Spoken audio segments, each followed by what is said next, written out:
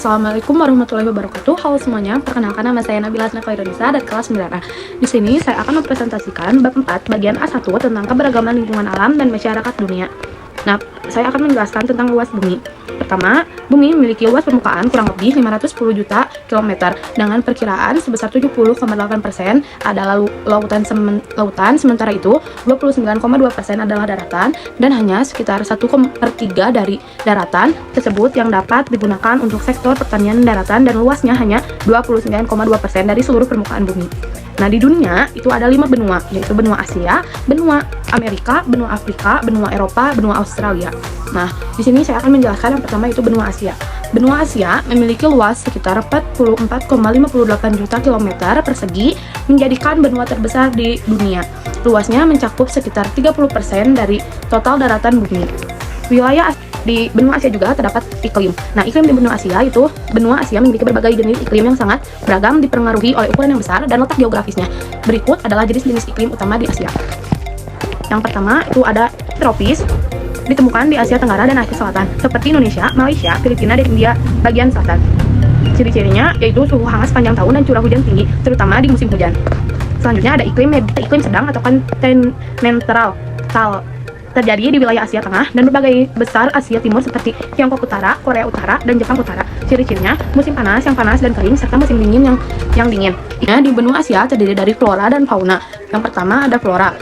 Contoh flora yaitu hutan hujan tropis, hutan musim, kaktus berduri, rumput kering, padang sabana, hutan konifer, dan ada juga faunanya yaitu fauna terdiri dari badak, gajah, banteng, beruang, peringa, harimau, kerbau air, tapir, panda raksasa, hamster mirip tikus. Yang kedua adalah benua Amerika. Benua terbesar kedua di dunia yang diberi julukan The New World. Amerika berada di antara 35 derajat bujur barat, 170 derajat bujur barat, dan 83 lintang utara, sampai 55 derajat lintang selatan. Di benua Amerika dibagi menjadi 3 kawasan, yaitu Amerika Utara, Amerika Tengah, Amerika Selatan. Nah, terus di benua Amerika memiliki 4 iklim, yaitu iklim kutub, iklim subtropis, iklim tropis, dan gurun. Keberagaman iklim ini disebabkan oleh letak geografis benua Amerika yang berada di 83 derajat lintang utara sampai 50 derajat lintang. Selanjutnya, di benua Amerika ini terdapat flora dan fauna. Yang contoh floranya itu hutan tropis, hutan iklim sedang, tundra, semak belukar, tanaman gurun. Sementara contoh faunanya itu bison, musang, ular, jaguar, puma, dan tapir. Selanjutnya ada benua Eropa. Benua Eropa memiliki luas sekitar 10,18 juta kilometer, menjadikannya benua terkecil kedua setelah Australia. Meskipun kecil, Eropa memiliki pengaruh besar dalam sejarah, politik, dan budaya dunia. Wilayahnya mencakup 44 negara dengan populasi sekitar 750 juta jiwa. Nah, selanjutnya di benua Eropa memiliki 4 jenis iklim utama, yaitu iklim kutub ditemui di wilayah utara Eropa dengan suhu yang sangat rendah sepanjang tahun. Yang kedua ada iklim kontinental, terjadi di bagian tengah dan timur Eropa dengan musim panas yang panas dan musim dingin yang sangat dingin. Yang ketiga ada iklim sedang atau temperate, ditemukan di sebagian besar Eropa Barat dengan musim panas yang sejuk dan musim dingin yang tidak terlalu ekstrim. Yang keempat ada iklim Mediterania, ditemukan di wilayah selatan seperti Spanyol, Italia, dan Yunani dengan musim panas yang panas dan kering serta musim dingin yang sejuk dan lembab. Nah, Eropa terbagi menjadi 3 wilayah, yaitu pegunungan tua, daratan rendah, dan pegunungan lipatan muda. Nah, selanjutnya ada benua Afrika. Benua Afrika adalah benua kedua terbesar di dunia, baik dari segi luas maupun jumlah penduduk. Afrika terletak di antara Samudra Atlantik dan Samudra Hindia, serta membentang dari Laut Merah di timur hingga Samudra Atlantik di barat. Benua ini terdiri dari 54 negara dan memiliki keanekaragaman budaya etnis, serta bahasa yang sangat luas.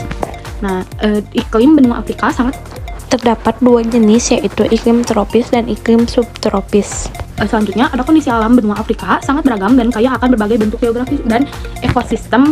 Beberapa ciri utama kondisi alam Afrika meliputi: 1. Ada gurun. Contohnya ada gurun Sahara dan Kalahari. Yang kedua ada hutan hujan tropis. Contohnya ada hutan hujan Kongo. Yang ketiga ada dataran tinggi. Contohnya dataran tinggi Ethiopia, dataran tinggi Afrika Selatan. Dan yang keempat ada sungai atau danau. Contohnya itu Sungai Nil. Yang kelima ada pegunungan. Contohnya itu pegunungan Atlas dan pegunungan Kilimanjaro. Yang keenam ada lautan. Yang ketujuh ada keanekaragaman hayati. Yang terakhir ada benua Australia. Benua Australia adalah benua yang terletak di belahan bumi selatan yang terdiri dari daratan utama Australia serta pulau-pulau kecil di sekitarnya, termasuk Tasmania. Australia adalah benua terkecil di dunia, tetapi memiliki keanekaragaman alam yang sangat kaya.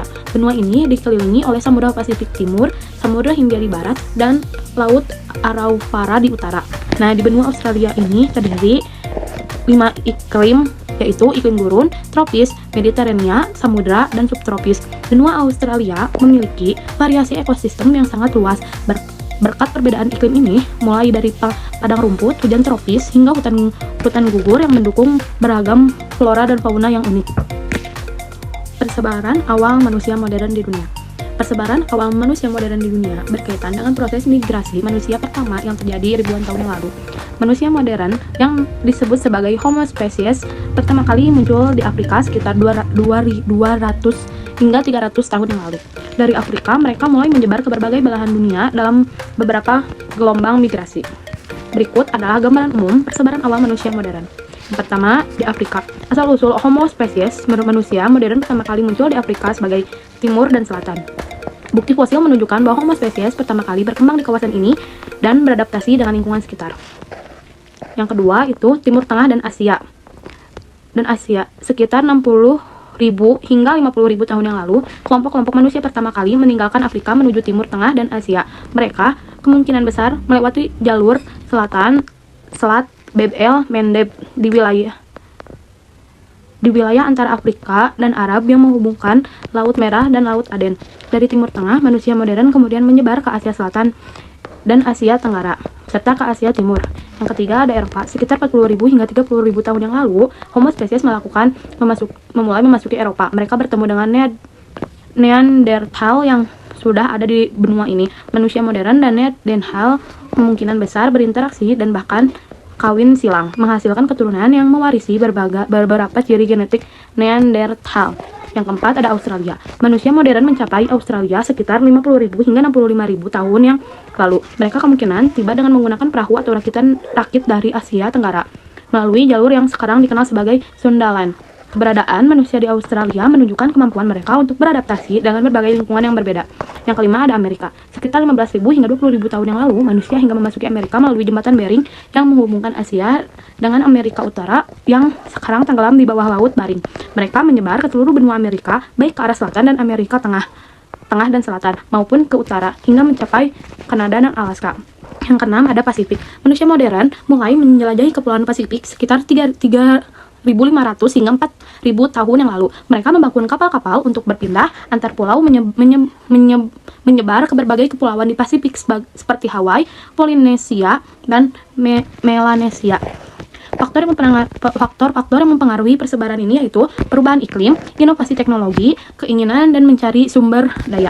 Secara keseluruhan, persebaran manusia modern dimulai dari Afrika, kemudian menyebar ke seluruh dunia melalui berbagai jalur migrasi yang dipengaruhi oleh lingkungan, teknologi, dan kebutuhan akan sumber daya.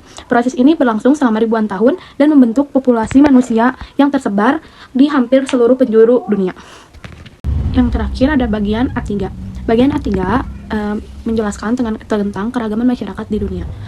Keragaman masyarakat di dunia mencukupi berbagai aspek yang membentuk identitas, budaya, dan kehidupan sehari-hari manusia. Beberapa bentuk keragaman masyarakat yang dapat ditemui di seluruh dunia meliputi 1. Keragaman etnis, keragaman agama, keragaman bahasa, keragaman sosial dan ekonomi, keragaman budaya, keragaman politik dan pemerintahan, yang lalu ada keberagaman geografis, keragaman gaya hidup, dan keragaman hukum dan tradisi. Secara keseluruhan, keragaman masyarakat di dunia sangat kaya dan beragam, dan setiap elemen keragaman ini memberikan kontribusi terhadap pembentukan identitas, dinamik sosial, dan hubungan antar kelompok manusia di seluruh dunia.